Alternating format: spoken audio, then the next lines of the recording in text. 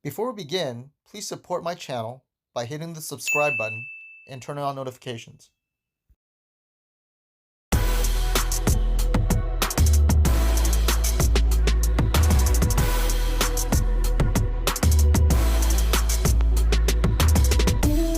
Hey guys, Moto Machine here. Welcome to my channel. I'd just like to wish you all a happy Cinco de Mayo. And as you can see, we're one day late, but may the 4th be with you. For those of you who've been with my channel for a long time, you know that we started off as a Buell do-it-yourself channel. And my biggest video was Why Buell? Where I talked about the pros of owning a Buell. And as you notice more recently, you haven't been seeing any videos about Buells. In fact, you've been seeing videos about GSXR1000. And so in October of 2019, I bought a 2017 GSXR1000 in the ABS trim, brand new off the showroom floor. It had 1 mile on it from Langston Motorsports. I've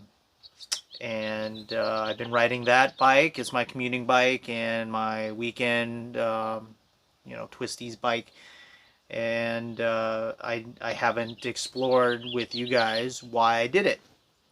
So if you're curious about the Buell, you can I'll go ahead and put a link up top, or you can look at the very end of the video, and I'll put a link at the end of the video to the original Why Buell video.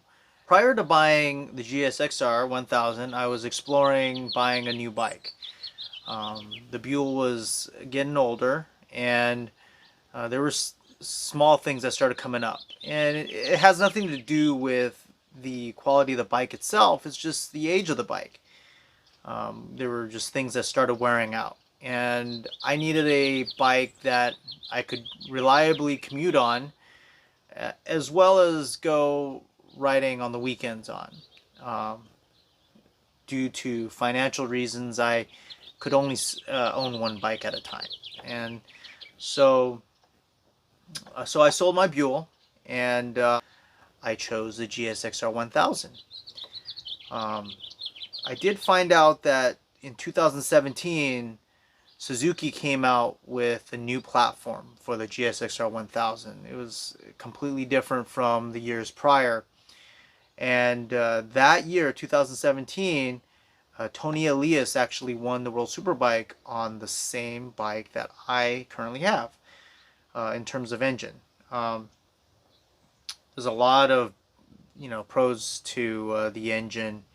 One of the biggest things that I've noticed and that I've read about was the variable valve timing that's in there that gives the bike this amazing linear torque curve. I mean, the power just pulls evenly throughout the entire range.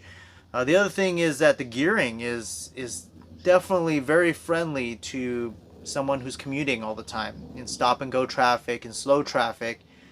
I don't have to worry about feathering that clutch. A lot of the complaints I see about the other Japanese sport bikes, namely the Yamaha R1, is that in stop and go traffic you have to constantly feather the clutch if you're below 15 miles an hour.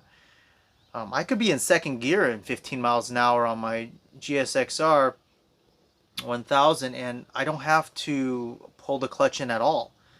Seating position is comfortable. The seat is pretty comfortable compared to other sport bikes. Having that Japanese sport bike gearbox and transmission, much lighter clutch, it's a night and day compared to the Buell and the Harley era clutch. That's extremely hard in comparison. It's really heavy in comparison to the Gixxer. You get new things like ABS braking. You get traction control. You get a steering damper. Since I've had it in October, I've put over 6,000 miles on it. done a couple oil changes, replaced tires, and the bike is awesome. The other thing that I noticed was the GSXR1000, bang for the buck, is the cheapest leader bike you can get. Bang for the buck. I got my bike for $13,200 out the door. Okay, that's tax, license, out the door. Now, there are certain things that the GSXR will be lacking. There's some bells and whistles that you will not find on the GSXR 1000 that you may find on, for instance, the R1 or the CBR 1000RR or the BMW S1000RR or the Ducati V4. There are rider aids, track modes, some of their traction control stuff is a little bit different. But I think that in general, unless you're looking for all those little bells and whistles, you don't need all those bells and whistles. The only things I want to have from the R model that I don't have on my current model are the balance-free forks and the quick shifter auto blipper.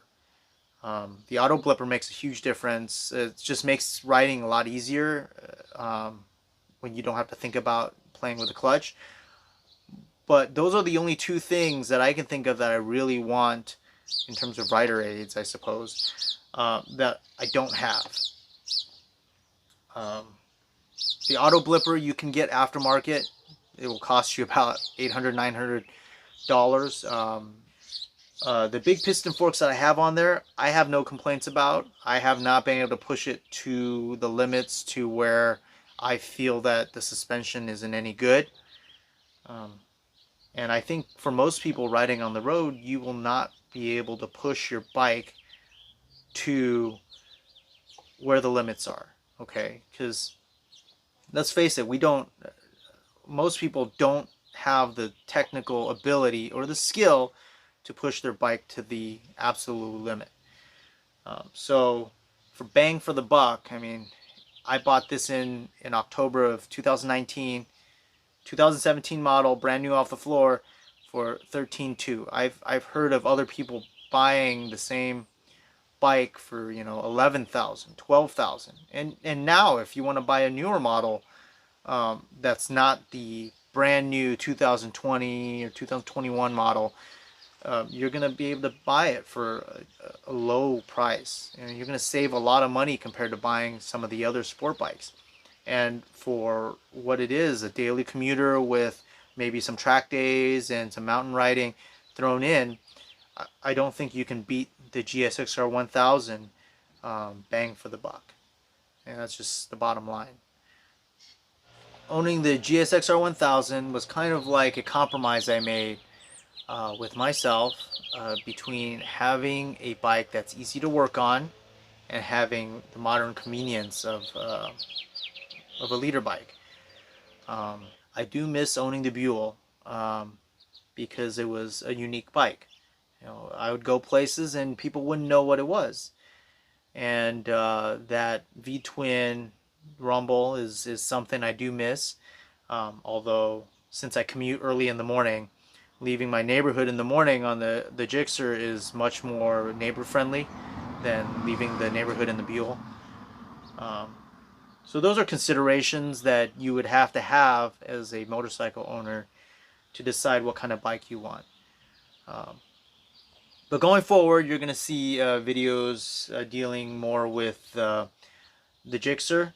If you still have questions about the Buell, anytime anybody has any questions about Buell, please send me any comments or send me messages, and if it's something I can touch on too, I will.